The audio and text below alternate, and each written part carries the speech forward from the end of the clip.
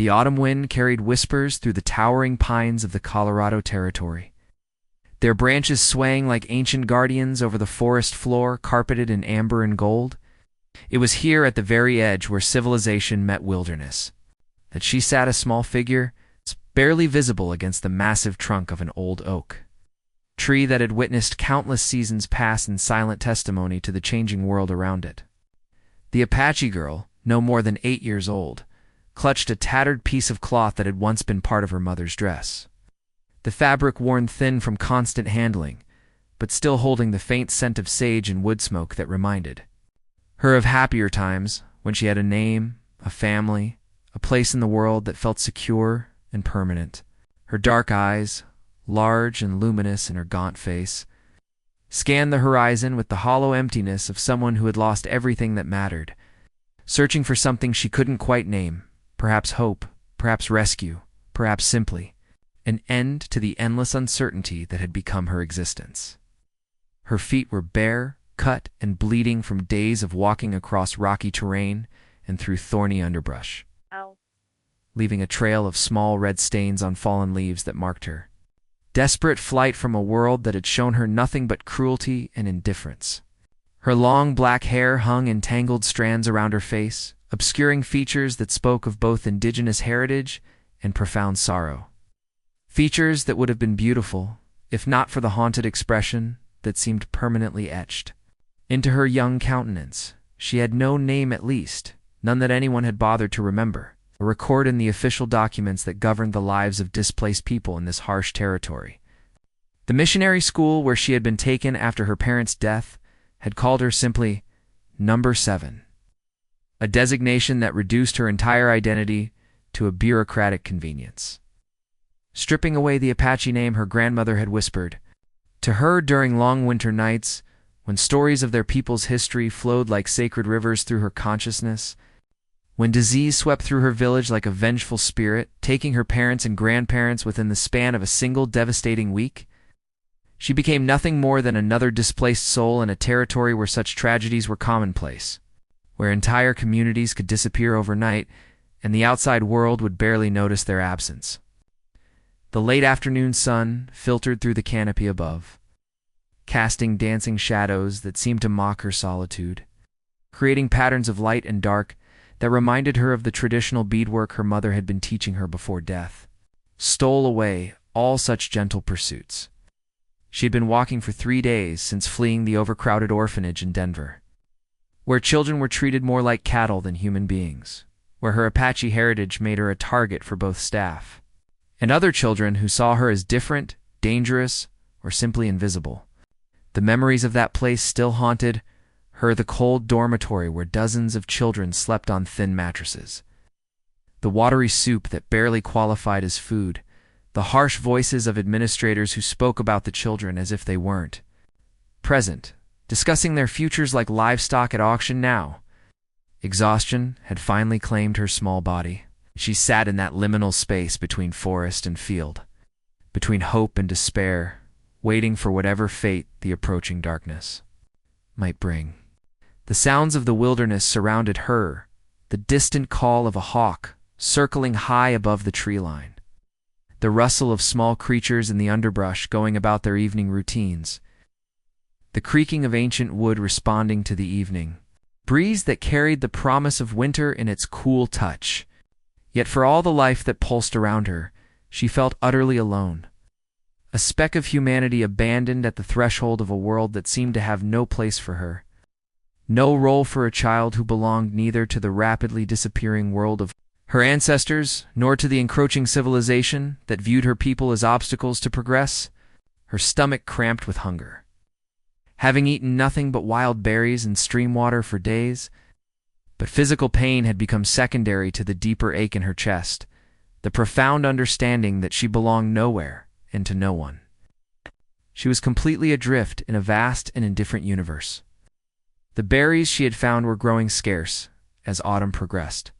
and she knew with the practical wisdom that hardship had forced upon her that winter was approaching, bringing with it challenges that a child alone could not survive. As twilight began to paint the sky in shades of purple and orange, transforming the forest into a cathedral of shadows and fading light.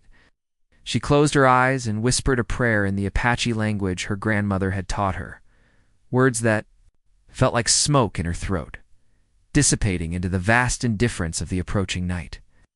carrying with them all her hopes and fears and the desperate wish that someone, somewhere, might care enough to notice that she existed. Thomas McKinnon had been cutting timber in these mountains for 12 years. Ever since his wife Margaret died in childbirth along with their unborn son, taking with them all his dreams of family and leaving him with nothing but calloused hands and a heart that had learned to find solace and solitude in the rhythmic work of axe against wood. His cabin sat nestled in a clearing about 2 miles from where he worked, surrounded by neat stacks of cut lumber that represented his only connection to the outside world shipments that went down to the growing towns below, carrying with them pieces of the forest he knew better than his own soul, each tree a familiar presence whose loss he mourned even as necessity demanded its harvest. He was a large man, standing 6 feet 4 inches tall, with shoulders broadened by years of swinging an axe, and arms that could lift logs other men couldn't budge. But his blue eyes held a gentleness that spoke of inner wounds that had never quite healed, wounds that had driven him to seek refuge in these mountains where the only conversations he held were with the wind and the wildlife that had gradually learned to trust his quiet presence. His hands, though rough and scarred from countless encounters with saw and axe, moved with surprising delicacy when he carved the small wooden figures that decorated his cabin, birds and forest, animals that seemed almost alive in their intricate detail, creations that spoke of an artistic soul hidden beneath the practical exterior of a man who had learned to find beauty in solitude. This particular evening, as he made his way home along the familiar deer trail that wound through the forest like a thread connecting him to the world beyond his chosen isolation, something caught his attention, a splash of color that didn't belong among the earth tones of autumn, an anomaly that his woodsman's instincts immediately flagged as worthy of investigation. At first, he thought it might be a wounded animal, perhaps a deer that had wandered too close to human habitation or gotten caught in one of the snares that careless hunters sometimes left behind. But as he approached with the careful steps of a man who understood that the wilderness demanded respect and that hasty movements could spell disaster for both predator and prey, he realized it was something far more heartbreaking. The little girl sat motionless against the oak tree, her small form so still that for a terrifying moment he thought she might be dead. But then he saw the slight rise and fall of her chest and the way her fingers clutched that piece of faded fabric like a lifeline, like the last tangible connection to a world that had been brutally severed from her life. Thomas had encountered Apache people before peaceful encounters when they came to trade, or when he occasionally ventured into the territories where their communities still maintained some semblance of their traditional life.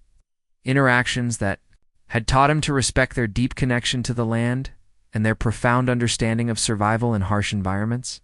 He recognized the distinctive features, the quality of her worn clothing, and understood immediately that this child was far from any family or tribal protection, completely vulnerable in a world that showed little mercy to the displaced and forgotten. His first instinct was practical. Shane needed food, warmth, and medical attention, but as he knelt down beside her and she opened those dark eyes to look at him with a mixture of fear and desperate hope, something shifted inside his chest, a stirring of protective instinct he hadn't felt since he'd first held his wife's hand and promised to love and cherish her forever. The girl didn't speak, didn't cry out or try to run, but simply watched him with the wary intelligence of someone who had learned that survival depended on reading the intentions of strangers, on making split-second decisions about who might offer help and who might bring harm. Her eyes held depths that no child should possess, wisdom born of suffering that made Thomas's heart ache with recognition of innocence lost and trust betrayed. Thomas spoke softly, using the few Apache words he had picked up over the years,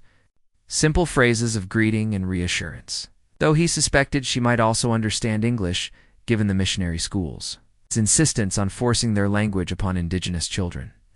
His voice, rough from years of solitude, carried genuine warmth as he introduced himself and explained that he wanted to help. That she was safe, that she didn't need to be afraid anymore. When he slowly extended his hand, palm up in a gesture of peaceful intent that transcended cultural boundaries, she stared at it for a long moment, weighing risks and possibilities with the careful calculation of someone who had learned that trust was a luxury that could prove fatal. Finally, after what felt like an eternity, she placed her small, cold fingers against his calloused palm, and in that moment of contact, both their destinies shifted in ways neither could have anticipated. Two lonely souls finding each other at the exact moment when hope had nearly died in both their hearts. The journey to Thomas's cabin took nearly an hour. With the little girl's legs too weak to carry her far, and the lumberjack stopping frequently to let her rest, offering her sips of water from his canteen and speaking in low, reassuring tones about the warm meal and safe bed waiting ahead, painting pictures with his words of comfort and security that she had almost forgotten could exist in the world. The path through the forest was familiar to Thomas, but seeing it through the eyes of a frightened child made him newly aware of how the towering trees could seem threatening rather than protective, how the sounds of nocturnal animals awakening could inspire fear rather than the peace he had always found in their calls. His cabin was modest, but well built, constructed from the same timber he harvested with his own hands. Each log carefully selected and fitted to create a structure that would withstand the harsh mountain winters, provide a refuge from the storms that regularly swept through these elevations. The interior was Spartanly furnished but scrupulously clean. Table and 2 chairs he had carved himself during long winter evenings when the snow made outdoor work impossible. Bed in the corner covered with quilts his late wife had sewn. During their brief but happy marriage, shelves lined with a few precious books and the simple tools of his trade, arranged with the precision of a man who lived alone and understood that organization was essential to survival, as he prepared a meal of venison stew and cornbread, ingredients that represented the fruits of his hunting and the produce from his small garden. Thomas found himself moving more carefully than usual, aware that his every action was being observed by dark eyes that had seen too much hardship for someone so young, eyes that watched for any sign that this sanctuary might prove as temporary and unreliable as all the others she had known. The girl ate slowly, methodically, the careful restraint of someone who had learned not to waste food or trust that another meal would follow. But as warmth returned to her small body and the immediate crisis of hunger was addressed, she began to show signs of the child she should have been allowed to be a slight relaxation in her rigid posture, a lessening of the hypervigilance that had kept her constantly alert for danger. That first night she slept on a makeshift bed Thomas arranged near the fireplace, wrapped in his warmest blankets while he took the wooden chair, dozing fitfully as he kept watch over his unexpected guest, listening to her breathing and an occasional murmur that suggested dreams were visiting her sleep. Dreams he hoped were kinder than the reality she had been living. Days turned into weeks, and a routine began to develop between them that felt as natural as the changing seasons. Thomas would work in the forest while she stayed close to the cabin, helping with simple chores like gathering kindling or tending the small garden where he grew vegetables to supplement his diet of game and preserved goods. She was remarkably capable for her age, moving with the quiet efficiency her Apache upbringing had instilled, understanding instinctively how to move through the forest without disturbing its rhythms, how to read the weather and the behavior of animals and the color of the sky, skills that impressed Thomas with their sophistication and depth. But he noticed she never strayed far from the cabin and always seemed to be listening for his return, as if afraid that this sanctuary, like all the others in her young life, might prove temporary, that she might wake one morning to find herself alone again in a world that had shown her too much cruelty. It was during one of these quiet evenings, as they sat by the fire sharing a meal in comfortable silence, punctuated by Thomas's gentle attempts at conversation, that he broached the subject that had been weighing on his mind since that first night when he carried her home through the darkening forest, speaking carefully, mixing English with the Apache words he was slowly learning from her patient instruction. Explained that a child needed more than just food and shelter. She needed a name, an identity, place in the world that no one could take away, legal, protection that would shield her from the bureaucratic machinery that treated displaced children as property to be managed rather than human beings to be cherished. When he suggested that she could take his surname, McKinnon, become part of his family in the eyes of the law and the community, her reaction was profound and immediate, as if his words had unlocked something deep inside her that had been frozen by trauma and loss. Tears flowed down her cheeks, the first emotion she had openly displayed since their first meeting. She whispered something in Apache that Thomas didn't understand, but recognized as profound gratitude. Words that seemed to come from the very depths of her soul. From that moment forward, she was no longer the nameless girl found at the forest's edge, but Sarah McKinnon, a name that carried with it all the protection and belonging that Thomas could offer. A shield against a world that had shown her too much cruelty and too little kindness. An identity that would allow her to move forward into a future that suddenly seemed possible, rather than merely a continuation of survival from one day to the next. The transformation that followed was gradual but unmistakable, like watching a plant that has been nearly killed by drought slowly return to life with careful tending and abundant water. Each small change building upon the last until the cumulative effect created something beautiful and strong where once there had been only fragility and fear. She embraced her new name with quiet dignity, practicing writing it on scraps of paper until the letters flowed smoothly from her pencil began to speak more. First in single words, then in full sentences, sharing stories of her life before the tragedy that had left her orphaned. Teaching Thomas words in her native language while learning to read English from the few books he possessed. Her natural intelligence became apparent as she quickly mastered not only language, but the practical skills of frontier life. Learning to prepare medicines from forest plants, using knowledge passed down through generations of Apache women. 2. Track animals by reading the subtle signs they left in mud and snow. To read weather patterns in the sky with an accuracy that amazed Thomas and proved invaluable in planning their daily activities. She showed him how to identify edible plants he had never noticed, how to predict storms by watching the behavior of birds, how to move through the forest with the silent grace that allowed her to observe wildlife without disturbing them, skills that complemented Thomas's knowledge of logging and carpentry to create a partnership that made their isolated life not just sustainable, but genuinely productive. The lonely lumberjack found himself changing as well, his cabin filling with sounds he had never expected to hear again, the soft padding of small feet across wooden floors, quiet humming as Sarah worked on some task, the occasional laugh when something particularly amusing caught her attention, or when Thomas's attempts at Apache pronunciation produced results so mangled that even his earnest effort couldn't prevent her from finding them delightfully ridiculous. He built her a proper bed, using his finest wood and taking special care with the carving that decorated its headboard, creating designs that incorporated both the geometric patterns he had learned from Apache artwork and the flowing natural forms that reflected his own artistic sensibilities.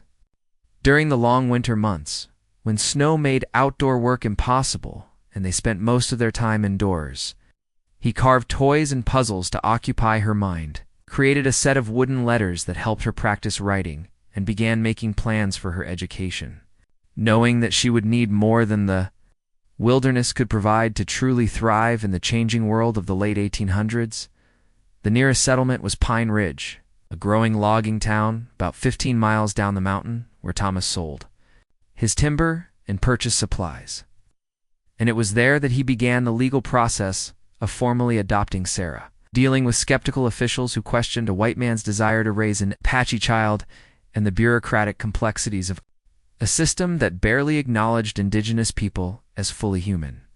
The process required him to navigate a maze of prejudice and paperwork, dealing with clerks who viewed his request with suspicion, judges who questioned his motives, and social workers who seemed more concerned with the impropriety of cross-cultural adoption than with the welfare of the child involved. But Thomas was patient and persistent, using his reputation as an honest businessman in the relationships he had built over years of reliable service to gradually overcome objections and secure the documentation that would make Sarah legally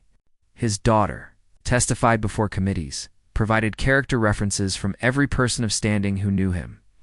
and submitted to interviews and inspections that invaded his privacy but proved his fitness as a father. The process took months, involving trips to the territorial capital and countless forums and interviews, each step requiring him to prove again and again that his intentions were pure and his commitment genuine. Finally, on a crisp spring morning, in 1885, Judge Harrison in Denver signed the papers that made Sarah McKinnon an official member of Thomas's family.